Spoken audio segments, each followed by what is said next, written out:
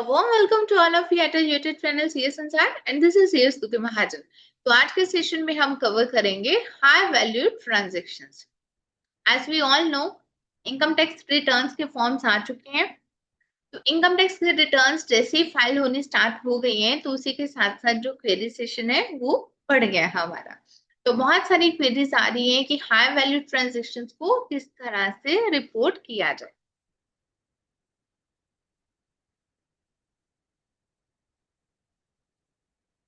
तो आज के सेशन में सबसे पहले हम देखेंगे कि हाई वैल्यू ट्रांजैक्शंस क्या होती हैं। ठीक है, ऐसे कौन से ट्रांजैक्शंस हैं जिसके ऊपर इनकम टैक्स डिपार्टमेंट की नजर रहती है।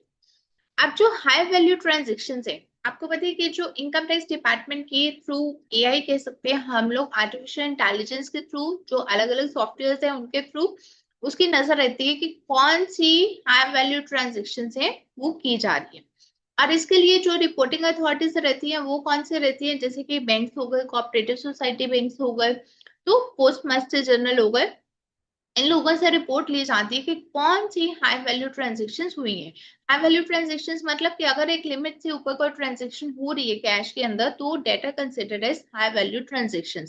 तो हाई वैल्यू ट्रांजेक्शन जो है ये रिपोर्टिंग अथॉरिटीज हैं जो कि रिपोर्ट करती हैं डिपार्टमेंट के अंदर कि इस तरह से डाटा है, ये वाली जो है वो हाई वैल्यू ट्रांजेक्शन हुई है। और इनकेस अगर कोई हाई वैल्यू ट्रांजेक्शन होती हैं तो इनकम टैक्स डिपार्टमेंट की सीधी उसके ऊपर नजर रहती है। इनकम टैक्स डिपार्टमेंट की जो नजर रहती है तो उसके थ्रू आपके जो नोटिस आने के चांसेस हैं वो इंक्रीज हो जाते हैं। तो सबसे पहले तो हम डिस्कस करते हैं कि ऐसे कौन सी ये ट्रांजेक्शन है जो कि हाई वैल्यू ट्रांजेक्शन की कैटेगरी के अंदर आती है और आपको इन ट्रांजेक्शन को अवॉइड करना चाहिए। लेकिन फिर भी अगर आपने कोई इस तरह की हाई वैल्यू ट्रांजेक्शन की है तो उसके बाद उसके जो नोटिस आने के चांसेस बढ़ जाते हैं तो उसका रिवर्ट करना, जो रिप्लाई आपके पास रेडी होना चाहिए कि आपने ऐसी हाई वैल्यू ट्रांजेक्शन क्यों की। तो सबसे पहले हम बात करते हैं cash payment for purchasing bank draft, पे ऑर्डर, बैंकर्स चेक और प्रीपेड आरबीआई इंस्ट्रूमेंट। अगर आपने कोई भी कैश के अंदर कोई डीडी बनवाया, ठीक है, या कोई बैंकर्स चेक बनवाया और 10 लाख के ऊपर का बनवाया कैश के अंदर, तो that is considered as high value transaction. पहले जो भी आप हाई वैल्यू ट्रांजेक्शन देखेंगे ना वो सारी की सारी कैश। चेक के थ्रू तो आप कोई भी ट्रांजेक्शन जो है वो कर ही सकते हैं, लेकिन अगर आपने कैश के अंदर इस तरह से किया है, थ्रेशोल्ड लिमिट से ऊपर किया है, तो उसे हाई वैल्यू ट्रांजेक्शन कंसिडर किया जाता है। Cash deposit in savings bank account, 10 lakh के ऊपर अगर आपने कैश डिपॉजिट कर दिया तो वो भी हाई वैल्यू ट्रांजेक्शन की कैटेगरी में रिपोर्ट की जाएगी। कैश डिपॉजिट और withdrawal from a current account, अगर आपने करंट अकाउंट से कैश डिपॉजिट, करंट अकाउंट के अंदर कैश डिपॉजिट किया या फिर करंट अकाउंट से कैश को विड्रॉ किया 50 लाख के ऊपर, तो उसे भी हाई वैल्यू ट्रांजेक्शन में कंसिडर किया जाएगा। सेल और purchase of N immovable property, immovable property की अगर आप सेल परचेज कर रही हो और कैश के अंदर कर रही हो, 30 लाख के ऊपर की वैल्यू है, ठीक है, तो कैश का पार्ट तो एक अलग रहेगा, जो उसके रजिस्ट्रार की वैल्यू है उसके अंदर जो सर्कल रेट की वैल्यू अगर 30 लाख के ऊपर है तो वो भी आपकी किसके अंदर चली जाएगी, हाई वैल्यू ट्रांजेक्शन के अंदर। Next, investment in shares, mutual funds, debentures and bonds in cash, अगर आपने शेयर्स के अंदर, म्यूचुअल फंड्स, डिबेंचर्स या फिर कोई भी बॉन्ड्स आपने कैश के अंदर लिए हैं और 10 लाख के ऊपर का अमाउंट अगर आपने लिया है तो उसे भी कंसिडर किया जाएगा high value transaction. Buyback of shares, अगर आपने बायबैक ऑफ शेयर्स किया है 10 लाख के ऊपर, that is also consider to be an high value transaction. Payment of credit card bill in cash, 1 lakh से ऊपर का अगर आपका क्रेडिट कार्ड का बिल है और आपने उसे कैश के थ्रू उसकी पेमेंट कर दी है तो उसे भी हाई वैल्यू ट्रांजेक्शन कंसिडर किया जाएगा। Payment of credit card bill other than cash, अगर कैश के अलावा आपने किया, अकाउंट से पेमेंट किया और क्रेडिट कार्ड का बिल आपका 10 लाख से ऊपर है तो हाई वैल्यू ट्रांजेक्शन। कैश में किया तो 1 लाख से ऊपर की लिमिट है, अगर कैश के अलावा मीन आप लोग अपने अकाउंट से पेमेंट कर दिया तो 10 लाख के ऊपर वो हाई वैल्यू ट्रांजेक्शन में कंसिडर किया जाएगा।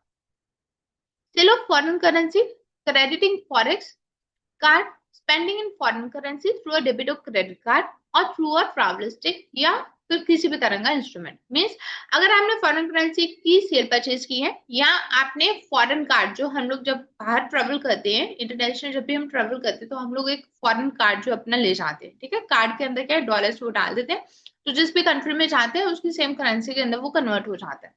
तो अगर आपने उस तरह से कोई भी करेंसी जो कार्ड बनवाया हुआ है, फॉरेक्स कार्ड बनवाया हुआ है, उसके अंदर 10 लाख से ज्यादा पैसे डलवाए हैं या फिर उससे ज्यादा आपने खर्चा कर दिया, तो उस केस में उसे भी हाई वैल्यू ट्रांजेक्शन में कंसिडर किया जाएगा।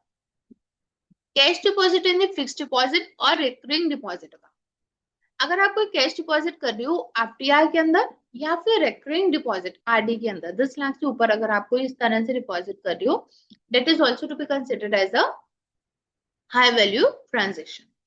Receipt of cash payment for sale by any person of goods or services of any nature, 2 lakh के ऊपर के अगर आपने कोई भी कैश पेमेंट जो है वो ली है तो उसको भी हाई वैल्यू ट्रांजेक्शन में कंसिडर किया जाएगा। ठीक है, तो मेनली अगर आपने कैश के अंदर एक लिमिट से ऊपर किसी भी तरह की कोई ट्रांजेक्शन की है उसे हाई वैल्यू ट्रांजेक्शन कहा जाता है।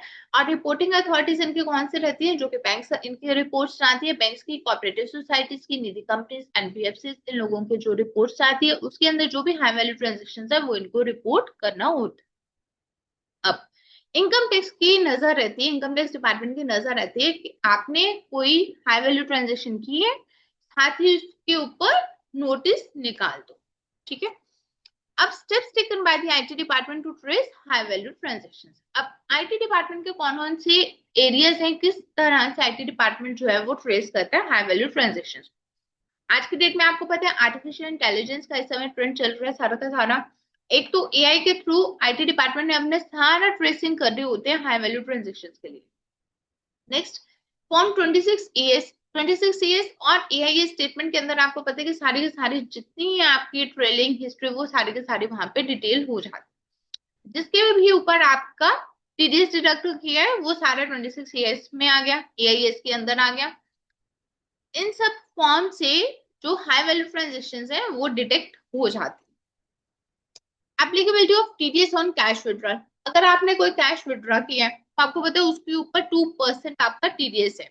अगर आपने the government has proposed that the banks must deduct TDS at the rate of 2% on cash withdrawal more than 1 crore during the financial year। अगर 1 करोड़ से ज्यादा आपने कैश के विड्रॉल की है तो 2% उसके ऊपर टीडीएस लग गया। अब आपका क्योंकि 2% जो टीडीएस लग गया तो आपका फॉर्म 26ES में वो चीज रिफ्लेक्ट हो गई। फॉर्म 26ES में रिफ्लेक्ट हो गया तो हाई वैल्यू ट्रांजेक्शन आ गई, गवर्नमेंट की नजर आ गई उसके ऊपर। और अगर उस पर्सन ने अपनी आईटीआर फाइल नहीं की हुई है, लास्ट 3 फाइनेंशियल ईयर्स की नहीं रिटर्न फाइल की है, तो उस केस में अगर उसकी विड्रॉल जो है 20 लाख से ऊपर है तो 2%, और अगर उसकी विड्रॉल 1 करोड़ से ऊपर है तो उस केस में टीडीएस उसका 5% एप्लीकेबल हो जाएगा अगर उसने रिटर्न फाइल नहीं किया।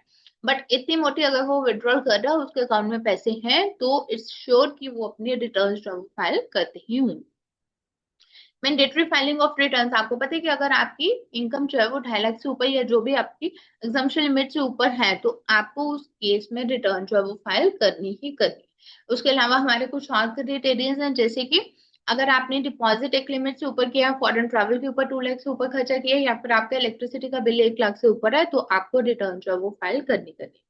जब आपने रिटर्न फाइल किया आपको पता है आपको ये ऑप्शंस जो है वो टिक करने होते हैं। अगर आपका इनमें से भी किसी की एप्लीकेबिलिटी बनती है तो उसके ऊपर भी एआई के थ्रू वो भी आपकी हाई वैल्यू ट्रांजेक्शन अगर कहीं पर होती है तो वो भी आपके ट्रेस हो जाती है। तो बेसिकली हाई वैल्यू ट्रांजेक्शन्स आपको अवॉइड करनी है। जितने भी आप लोग हाई वैल्यू ट्रांजेक्शन्स कैश के अंदर जो भी ट्रांजेक्शन कर रहे हो आपको कम से कम कैश के अंदर ट्रांजेक्शन करनी है। हाई वैल्यू ट्रांजेक्शन्स जितनी भी हो सकती है आपको अवॉइड करनी है। और अगर आपने हाई वैल्यू ट्रांजेक्शन की है तो मेक श्योर कि उसके ऊपर डिपार्टमेंट की नजर है, हाई वैल्यू ट्रांजेक्शन के ऊपर इनकम टैक्स डिपार्टमेंट की नजर है। और अगर आपके पास कल को नोटिस आता है तो आपको उसका किस तरह से रिवर्ट करना है। How to comply with e campaign notice online and how to submit the response. अब क्या है आपके पास, आपने हाई वैल्यू ट्रांजेक्शन कर दी, उसके लिए गवर्नमेंट ने एक ई कैंपेन जो है वो चलाया, ठीक है। अब आपको इसके लिए क्या करना है, जो उसका नोटिस आया उसका रिवर्ट करना है, आपको सबमिट करना है, रिस्पॉन्स उसका सबमिट करना है। जरूरी नहीं कि हर नोटिस के अंदर डिमांड निकाली जाए, कुछ उनके नोटिस इस तरह से सिर्फ वो इन्फॉर्मेशन गैदरिंग पर्पस के बेसिस के ऊपर ही है। तो अगर आपके पास भी कोई इस तरह से कोई हाई वैल्यू ट्रांजेक्शन आपने कर दिया है और आपके पास कोई नोटिस आया है तो उसका आपको रिस्पॉन्स कैसे सबमिट करना है। सबसे पहले तो आपको इनकम टैक्स की साइट के ऊपर जाकर आपको लॉग इन करना है। लॉग इन करने के बाद कुछ इस तरह से आपके पास टैब्स आएंगे। टैब्स के अंदर आपके पास आएगा पेंडिंग एक्शंस। पेंडिंग एक्शंस के अंदर आपको दिखाई देगा कंप्लायंस पोर्टल। कंप्लायंस पोर्टल के अंदर आएगा ई कैंपेन। ठीक है, पेंडिंग एक्शंस में आपके पास आएगा कंप्लायंस पोर्टल, और कंप्लायंस पोर्टल के बाद आपके पास आएगा ई कैंपेन। ई कैंपेन को जैसे ही आप सिलेक्ट करेंगे तो वहां पर आपके पास नीचे लिखा आएगा फीडबैक और ऑन इंफॉर्मेशन इन एआईएस। तो यहाँ पर आपको जो फीडबैक है वो देना है।